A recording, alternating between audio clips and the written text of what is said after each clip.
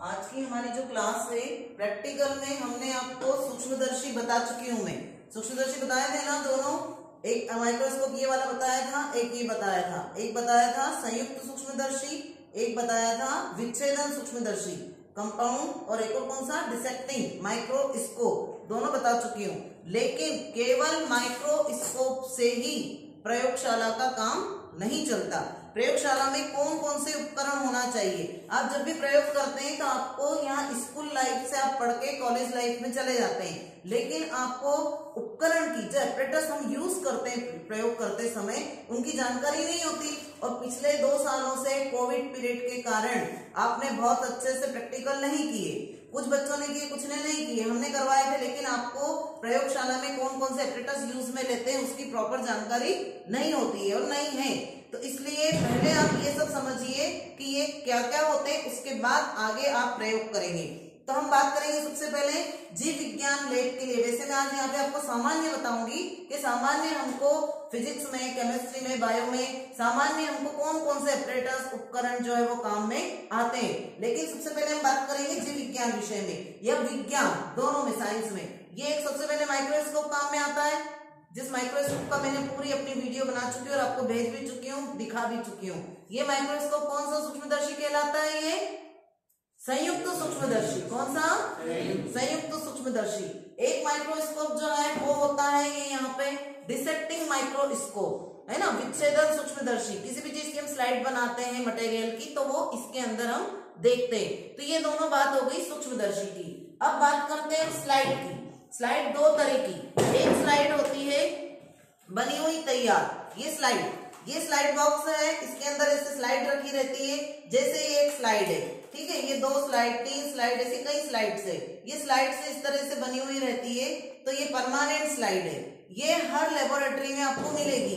9 से लेके 12 तक के साइंस के स्टूडेंट या बायो के स्टूडेंट्स को स्लाइड, जो छोटे छोटे सूक्ष्म जीव होते हैं या किसी भी जीव के ऑर्गन्स की, जैसे आंत की अनुप्रस्थ काट, ब्लड की, है ना, इसके अलावा आमाशय की, तो इस तरह से उनकी जो स्लाइड बनाई जाती है वो परमानेंट स्लाइड होती है, मार्केट में मिलती है। और इनको हम जो है माइक्रोस्कोप में लगाकर देखते हैं। और एक जो हम बनाते हैं, ये देखिए आप, ये स्लाइड होती है। इस तरह से एक स्लाइड का पूरा बॉक्स आता है और ये यहाँ पर जो है इसमें इसी प्लेन स्लाइड आएगी। ये प्लेन स्लाइड होती है। इस प्लेन स्लाइड में हम कोई भी मटेरियल जो हम यहाँ पे प्रैक्टिकल करते हैं वो रख के और फिर स्लाइड तैयार करते हैं। और इसको तैयार करने के बाद में इसके ऊपर जो सबसे मेन जो होता है वो होती है कवर स्लिप। इसको माउंट करने के लिए या फिक्स करने के लिए ऐसी कांच की पतली कवर स्लिप कहलाती है। ये बाद में पूछना मत कि क्या होता है। ये कवर स्लिप, वो स्लाइड है ना, और वो परमानेंट स्लाइड। ये कवर स्लिप की ऐसा एक बॉक्स आता है, उस बॉक्स में से ऐसे एक एक कवर स्लिप निकालकर इस चिमटे से, फॉरसेप कहते हैं इसको, इससे उठाकर और उसके ऊपर ऐसे रखा जाता है। ये स्लाइड है, इसके ऊपर ऐसे रखते हैं। यहाँ पे एक मटेरियल होता है, वो कुछ भी हो सकता है मटेरियल, एक बीजपत्री तने के अनुप्रस्थ काट, द्विबीजपत्री जड़ के अनुप्रस्थ काट, पत्ती के अनुप्रस्थ काट, है ना। इस तरह से उसकी स्लाइड जब बनाते हैं तो यहाँ बीचों बीच रखा जाता है। ये कवर स्लिप हो गई। फिर उसके बाद ये पेट्री डिश, इसको कहते हैं कांच की डिश है, पेट्री डिश कहलाती है। इस पेट्री डिश में मटेरियल जो होता है उसको हम रखते हैं यहाँ पे, है ना, तो ये होती है पेट्री डिश। ये होता है वॉच ग्लास। वॉच ग्लास में भी कोई भी या तो मटेरियल रखा जाता है या फिर आप देखिए यहाँ पे आपको दिखाई दे रहा है ये बीकर, दिख रहा है बीकर। इस बीकर के ऊपर ढकने में भी काम में आती है। ये बड़ा बीकर है और ये यहाँ पर छोटा बीकर है। अलग अलग साइज के बीकर आते हैं, सब अपनी अपनी सुविधा अनुसार लैब में एपरेटस रखते हैं। तो ये इस तरीके से ऐसे इस पे ढकने के लिए काम में आता है।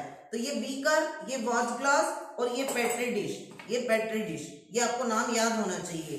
फिर उसके बाद में है यहाँ पर देखिए आप, ये है यहाँ पर टेस्ट ट्यूब स्टैंड। ये टेस्ट ट्यूब स्टैंड है। इस टेस्ट ट्यूब स्टैंड में यहाँ पर आपको परख नली दिखाई दे रही है, सॉरी ये परख नली, ये कीप है, फनल, और ये यहाँ पर परख नली है। और जिससे मैंने पकड़ा हुआ है ये परख नली स्टैंड, गर्म हो जाती है ना, ये इसको हम गर्म करते हैं। जनरली बायो में कम काम आता है, केमिस्ट्री में इसका उपयोग बहुत ज्यादा होता है। रसायन में 10th के बच्चे, 9th के बच्चे, 11th 12th के बच्चे केमिस्ट्री में प्रयोग करते हैं तो आपको ये कीप ये टेस्ट ट्यूब मतलब परख नली, ये परख नली स्टैंड, ये पूरा स्टैंड है परख नली, ये ज्यादा उपयोग में आता है।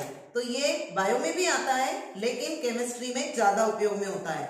फिर उसके बाद में ये यहाँ पर बीकर है, ये बीकर केमिस्ट्री में भी काम आता है, बायो में भी काम आता है, छोटा बड़ा सभी तरह का। कोनिकल फ्लास्क, कोनिकल फ्लास्क जो है ये केमिस्ट्री में भी काम में आती है, बायो में भी काम में आती है। कोनिकल फ्लास्क के ऊपर कोई भी चीज को हमको जैसे छानना होता है तो हम इस तरीके से ऐसे रखते हैं, है ना। और किसी पदार्थ को यदि छानना है तो छानने के लिए क्या करेंगे, जैसे हमारे घर में पानी को छानने के लिए, दूध को छानने के लिए किसका उपयोग करते हैं, छन्नी का। ऐसे यहाँ पर छन्नी नहीं उपयोग की जाती है, यहाँ पर उपयोग करते हैं फिल्टर पेपर। फिल्टर पेपर, इसको ऐसे फिल्टर पेपर को मोड़ लिया जाता है इस तरीके से, है ना, ऐसे शेप देकर और इसमें ऐसा रख देते हैं। ये देखिए ऐसे रख के उसके बाद किसी भी पदार्थ को ऐसे छाना जाता है तो जो बड़े बड़े कण होते हैं वो सब यही रुक जाते हैं और छनित पदार्थ नीचे आ जाता है। समझ में आया। तो ये इसको क्या कहते हैं, कोनिकल फ्लास्क, इसको क्या कहते हैं, फनल कीप, और ये क्या है, फिल्टर पेपर। तो ये इस तरह से। इसके बाद में आप देखेंगे यहाँ पर एक जो होता है ये मेजरमेंट कीप होती है, मेजरमेंट, इसमें मेजरमेंट लिखा हुआ है नाप के लिए कितना लेना है, 10 ml है ना, 20 ml लेना है या ग्राम मिलीग्राम, तो इसमें सब कुछ लिखा हुआ है तो उसके अकॉर्डिंग इसको यूज करते हैं। फिर उसके बाद में ड्रॉपर, ड्रॉपर सभी समझते हैं कि ड्रॉपर क्या होता है, समझते हैं ड्रॉपर, आप लोगों ने देखा है। ड्रॉपर से क्या करते हैं हम, किसी भी लिक्विड को बूंद के रूप में डालना, है ना। तो यहाँ पे हमको लिक्विड की आवश्यकता पड़ती है। अब लिक्विड में कौन कौन सी चीजें आवश्यकता होती है, देखिए आप, जैसे आपने कोई भी स्टोमेटा की स्लाइड बनाई, पत्ती की स्लाइड बनाई, आपको अभिरंजित करने के लिए फास्ट ग्रीन बहुत उपयोग में आता है। फास्ट ग्रीन बायोलैब में अभिरंजित कलर करने के लिए उसको। फिर सेफ्रेनिन का उपयोग होता है, ये सेफ्रेनिन है। सॉल्यूशन सब आप अपनी लैब में अपनी सुविधा अनुसार जो प्रयोग आप करवा रहे हैं उसके अनुसार, पर ये सबसे ज्यादा काम आते हैं। इओसिन, इओसिन, फास्ट ग्रीन, है ना, तो ये जो है ज्यादा उपयोगी होते हैं। ग्लिसरीन, माउंट करने के लिए ग्लिसरीन जो होता है वो ज्यादा उपयोग में आता है। तो ये सारी चीजें हम किस में भर के रखते हैं, तैयार करके।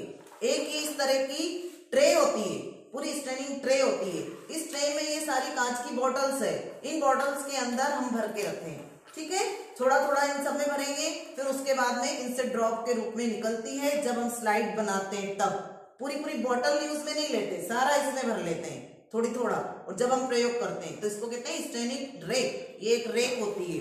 फिर उसके बाद में अगर आप कोई चीज ऐसी उपयोग में ले रहे हैं, केमिस्ट्री में आप कोई प्रयोग कर रहे हैं और आपको कोई चीज गर्म करना है, क्या करना है, गरम, तो ये आपका जो है बर्नर है, ये बर्नर होता है। इसमें यहाँ पर बत्ती डली हुई होती है और उसके बाद में स्प्रिट से, स्प्रिट लैंप कहते हैं इसको, उससे जलाया जाता है। फिर इसको परख नली में कोई भी सॉल्यूशन लेके और ऐसे गर्म करते हैं, ठीक है ना।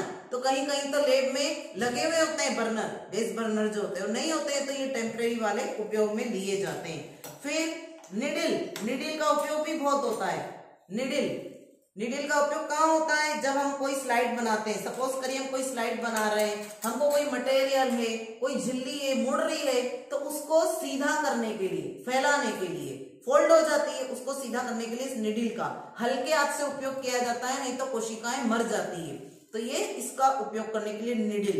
निडिल के बाद में चिमटा, चिमटे फॉरसेप दो प्रकार के होते हैं, आप छोटा बड़ा जो फॉरसेप यूज करना चाहे वो यूज कर सकते हैं। कैंची, कैंची तो बायोलैब में होना अनिवार्य है, होना ही चाहिए, कैंची के बिना काम चलेगा नहीं, है ना। फिर उसके बाद में ब्लेड, सेक्शन कटिंग के लिए ब्लेड का उपयोग करते हैं। मैग्नीफाइंग ग्लास आता है, ये ग्लास है, मैग्नीफाइंग ग्लास। इस ग्लास से क्या करते हैं हम, किसी भी छोटी वस्तु को कैसा देखते हैं, बड़ा बड़ा करके देखने के लिए। और उसके अलावा डिसेक्शन बॉक्स, डिसेक्शन बॉक्स आता है, उस डिसेक्शन बॉक्स में सारे आइटम्स आते हैं। ये ऐसा एक डिसेक्शन बॉक्स होता है, इसमें सारी चीजें होती है जो उपयोगी है।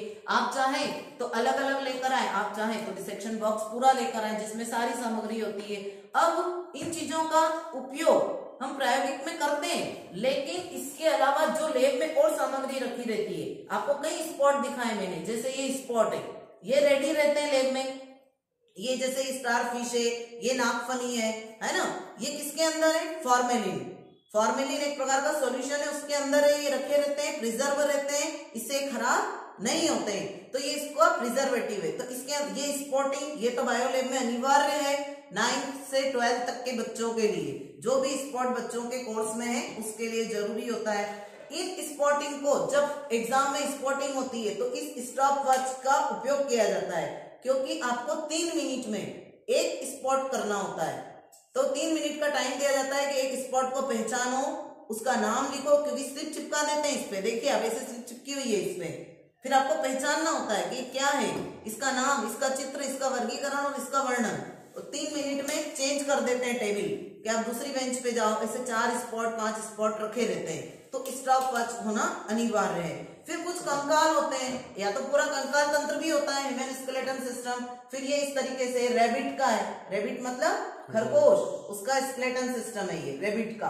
तो ऐसे कुछ स्केलेटन सिस्टम भी लैब में होते हैं 9 to 12 के बच्चों के लिए, विशेष करके 11-12 के बच्चों को जानना अति अनिवार्य है। फिर उसके बाद में ये तो जैसे स्पेशली बायो और कुछ केमिस्ट्री के लिए, 9th के बच्चों के लिए भी, 10th के साइंस के बच्चों के लिए भी उपयोगी है, क्योंकि उनके सारे प्रयोग इन्हीं से होते हैं। जो बायोलॉजी वाले पोर्शन है 9th-10th में क्या होता है, फिजिक्स के प्रैक्टिकल अलग, केमिस्ट्री के अलग और बायो के अलग होते हैं। तो जो यहाँ बायो का सामान है, जो उपकरण है ना, अब ये क्या है, 9th-10th के बच्चों को भी यदि कोई प्रयोग करवाते हैं तो इन्हीं में से उपयोग आते हैं। लेकिन 9th-10th के बच्चों को फिजिक्स का प्रैक्टिकल और केमिस्ट्री का प्रैक्टिकल, उसके लिए कुछ सामान अलग से भी यूज में आते हैं। और 11-12 के लिए भी, जैसे आप बात करें सबसे पहले प्रिज्म, ये फिजिक्स के लिए बात करें हम, तो फिजिक्स में प्रिज्म होता है, आपने 9th में भी देखा होगा, 9th में देखा होगा, 10th में देखा होगा। प्रिज्म प्रकाश के परावर्तन के लिए है ना, उसके लिए इसका उपयोग किया जाता है। सफेद रंग की प्रकाश की किरण इसमें से गुजरती है तो 7 रंगों में क्या हो जाती है, विभाजित होती है ना, विबग्योर, VIBGYOR। तो ये दोनों तरफ इसमें त्रिभुजाकार और यहाँ पे ये आयताकार है ना, तो ये इस तरीके से कांच का बना हुआ है, प्रिज्म उपयोग में आता है। चुंबक फिजिक्स के लिए 9th-10th के बच्चों के लिए चुंबकीय बल रेखाओं का प्रयोग करते हैं अब इसके द्वारा। इस चुंबक में N और S ध्रुव होते हैं, N और S नॉर्थ और साउथ, उत्तर और दक्षिणी ध्रुव, इससे प्रयोग करके बताते हैं शिक्षक हमारे। फिर उसके बाद में वर्नियर कैलिपर्स, ये वर्नियर कैलिपर्स, पियरे वर्नियर ने इसका नाम दिया था, ये 9th-10th के लिए बहुत उपयोगी है। वर्नियर कैलिपर्स के द्वारा क्या करते हैं हम, जैसे कोई बीकर है, उसकी गहराई, उसका व्यास, डायमीटर नापने के लिए, सिक्के का व्यास, गहराई, ये सब इसके द्वारा, लंबाई चौड़ाई ये इसके द्वारा ज्ञात किया जाता है। फिर एक और आता है स्क्रू गेज, ये स्क्रू गेज के द्वारा क्या करते हैं, पतले तार का व्यास, पतले तार का व्यास यहाँ पे लगाकर, इसके अलावा धातु की जो चादर होती है उसकी मोटाई ज्ञात करने के लिए यहाँ पे लगा के, तो इसलिए इसका स्क्रू गेज का, वर्नियर कैलिपर्स का उपयोग फिजिक्स में 9th-10th के लिए। फिर बात आती है केमिस्ट्री की, केमिस्ट्री में 11-12 के बच्चों के लिए विशेष करके टाइट्रेशन, अनुमापन जिसको कहते हैं, अनुमापन, ये ब्यूरेट है और ये ब्यूरेट स्टैंड है। इस ब्यूरेट स्टैंड को इस तरह से देखिए आप, ये स्टैंड है, इसमें ब्यूरेट लगा हुआ है, ये बहुत ज्यादा काम आता है केमिस्ट्री में।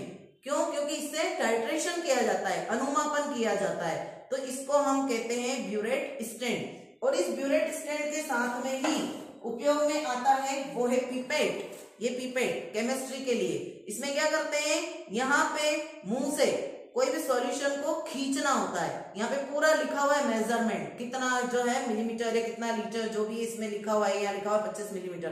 तो ये इस तरीके से ऐसे खींचते हैं, मुंह से सब करते हैं और फिर दूसरे बीकर वगैरह में इसको डालते हैं, या उसमें ये ऊपर कीप भी लगी हुई है, आप देखें यहाँ पर, यहाँ से सॉल्यूशन डालने के लिए इसका उपयोग होता है। तो ये इसमें हुआ। फिर सबसे मेन बात जो 9th-10th के बच्चों के लिए उपयोग में आती है, कुछ सॉल्यूशंस काम में आते हैं वहां पे 9th-10th में, आपने पढ़ा होगा विलियन, विलायक, विले, है ना, पढ़ा है ना। तो ये जो पदार्थ होते हैं, ये सॉल्यूशन जो होते हैं, जो रखे हुए हैं केमिकल्स बॉटल में, इसमें देखो यहाँ लिखा है सांद्र H2SO4, ऐसे पूरी रैक्स होती है, उनमें जमे हुए होते हैं सारे। तो अब यहाँ पर देखिए आप केमिकल सांद्र H2SO4 है और ये यहाँ पर है तनु H2SO4। H2SO4 मतलब सल्फ्यूरिक अम्ल, एसिड एक प्रकार का। तो सल्फ्यूरिक अम्ल जैसे HCl हुआ, H2SO4 हुआ, ये सब अम्ल है। क्षार भी होते हैं, NaOH क्षार है। तो अब ये जो तनु और सांद्र, क्या मतलब हुआ, तनु मतलब पतला और सांद्र मतलब गाढ़ा, है ना। तो इस तरह से ये सॉल्यूशन केमिस्ट्री में पूरे रखे हुए होते हैं और ये 9 to 12 बच्चों के लिए बहुत उपयोगी होते हैं। तो इनकी जानकारी आपको होना चाहिए, इनका उपयोग बहुत सावधानी से करना चाहिए और यहाँ पर सब लेवल लगा होता है कि कौन सा सॉल्यूशन कौन सा है, ठीक है ना। तो ये केमिस्ट्री के लिए उपयोगी है।